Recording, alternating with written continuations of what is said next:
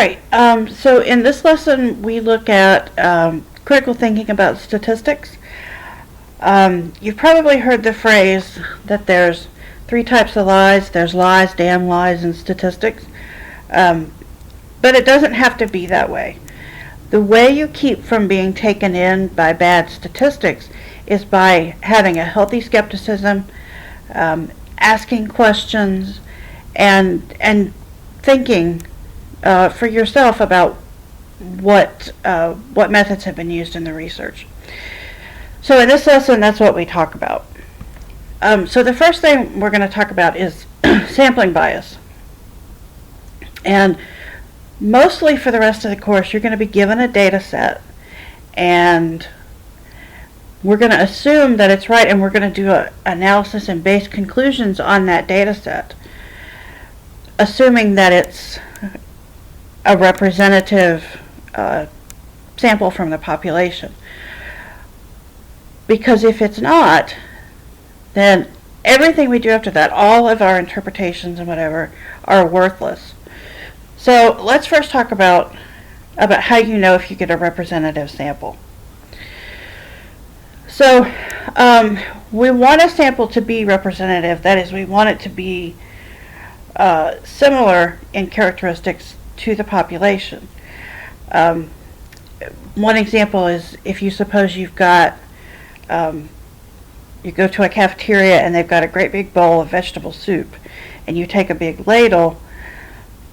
If you want to know what vegetables are in the soup, you can take the ladle and look at, take a sample and look at what's in there.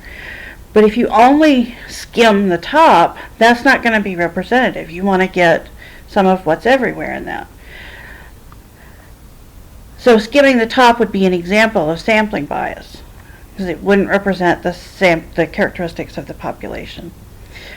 The important thing here is that if a sample is not representative, then the generalizations to the population or inferences to the population are going to be invalid. And we don't want that. And the way you know you've got sampling bias, you can't look at the characteristics of the sample. So you can't look at a sample and know if it's biased. You have to look at the process of sampling and see if it is likely to yield bias. Okay? So when you're looking at a sampling procedure, ask yourself what elements of the population are not represented or underrepresented, and what elements are overrepresented in the sample. Here's a picture, kind of an iconic picture of President Truman from 1948 holding up the newspaper that says Dewey defeats Truman. The Chicago Tribune had done some polling, and they had not gotten a representative sample, and they ended up making a wrong conclusion about what was going to happen in that election. Obviously Truman won, and that headline was incorrect. So let's talk about what happened there. So the first problem that we'll look at, and we'll come right back to the Dewey versus Truman, is convenience sampling. With convenience sampling, it's exactly what it sounds like. Subjects are chosen for the sample just because they're convenient. Convenience samples are the worst kind of samples to take. Here's an example. If we want to know how much money people are spending on Christmas presents, we might go to a mall the day after Thanksgiving and interview people as they pass by a certain water fountain. Well, obviously that's problematic. Because think about who gets overrepresented there. People who buy at the mall are overrepresented. People who buy the day after Thanksgiving on those sales, those are overrepresented. People who are underrepresented are anybody who doesn't buy Christmas presents at all. People who shop places other than the mall. People who avoid the day after Thanksgiving rush. and maybe people who don't even shop at that particular area in the mall that we're polling. And so the question is then, do the people who are excluded, do they have different buying habits than the people who are included? And I think it's pretty safe to say yes, they do. So that's an example of a convenience sample that does not give a representative sample. It's not always quite so obvious that it wouldn't, and that's why anytime you have a convenience sample, you have to sort of take that with a little bit of skepticism and say, well, I don't know for sure that this is a representative sample. Because to get a representative sample, we really need to be careful and take samples from people with a lot of different kinds of shopping habits. So the next problem we address is non-response. Non-response bias happens usually with a mail or a telephone survey. People who the people that you get data on are different from the ones who you don't get data for. Non-response is far worse of a problem than it used to be because of voicemail, caller ID, and people are more concerned always about giving information to strangers. Response rates in any kind of survey this way are usually low. So if you think about, if you get a call from a number you don't recognize, you're probably not likely to answer the phone. Or if you do, you're likely not to be willing to answer their questions because there have been so many telephone scams. And the same thing is true with mail surveys, especially with mail surveys. They take a lot of extra effort to fill out. So, sometimes with a telephone survey, you're lucky if you get 10% of your responses, and less than that if it's a mail survey. And if you're only getting 10% of the people who you're trying to survey, that's not a good response rate. So you want to be careful about generalizing the answers. It was non-response that really was the problem with the Dewey versus Truman story. With Dewey versus Truman, the newspaper had done a telephone survey, but at the time it wasn't super common for people to have telephones. It's not like it is today where everybody has a telephone. Back in the 40s, it was only the rich people who had telephones. So the people who answered the survey were the rich people, and it turned out the rich people were voting for Dewey, but the general population went the other way. So that's an example of non-response bias. Sampling bias. Voluntary response bias. Voluntary response relies on volunteer subjects. This is similar to non-response bias. The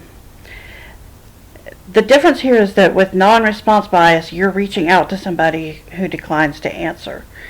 Whereas with voluntary response, everybody is welcome to answer, but people have to take the initiative. What I really care about the most is that you recognize sampling bias when you see it, not so much that you can categorize it. But an example of voluntary response bias would be comment cards at a restaurant. The sample is not randomly chosen. You have to take the time and the effort to fill out the comment card, and usually it's people who are motivated by either an especially good experience or an especially bad experience. One thing you need to specifically think about with sampling bias is in the interpretation of the results. you have to think about how that impacts inference to the population. So because of, in the Christmas shopping example, we had sampling bias, so we have to think about what kind of limitations that puts on our inferences. So instead of making a conclusion about all Christmas shoppers, all we can infer to is the population of people who shop at the mall the day after Thanksgiving. Okay, so because we don't have a sample of everybody, we only have a sample of a more limited population. We can only infer to that more limited population. In the restaurant example, we can't infer to all customers, only to those who'd volunteer to fill out the cards. And that's some very, very weak conclusions there. Some other problems with collection and interpretation of data. Let's first talk about faulty questions. Anytime there's a survey, they have to ask people questions, and if the questions are confusing, meaning they've got they're phrased in a way that people don't understand, they've got terms in them that people don't know, or if they're leading questions, you're going to get bad data. So here's an example. Are you in favor of euthanasia to stop the suffering for terminally ill patients? Two problems with that.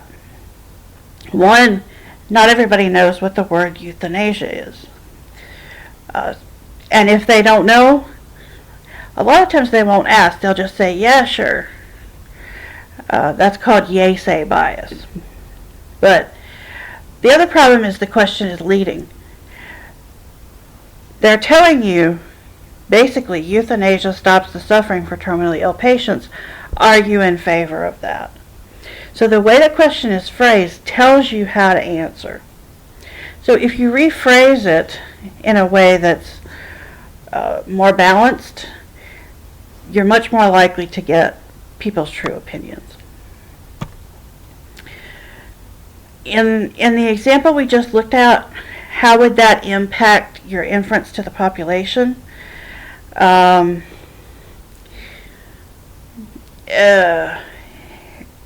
It'd be pretty worthless. The next problem we look at is motivation to lie.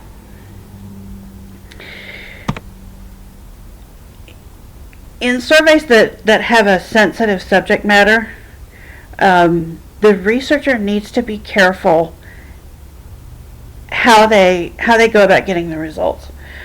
So this is a ridiculous example, but that happened. Homeroom teachers asked students by show of hands how many had ever tried marijuana. Well, obviously the problem with that is you're not going to get people telling the truth with something like that. It's usually easy to fix that by asking questions anonymously, do a written survey, and tell students not to sign their names. There's a whole field of study in survey research about how to minimize motivation to lie. Alright, so that's about all the time we have for this lesson, or this part of the lesson. We'll pick up there with the next video.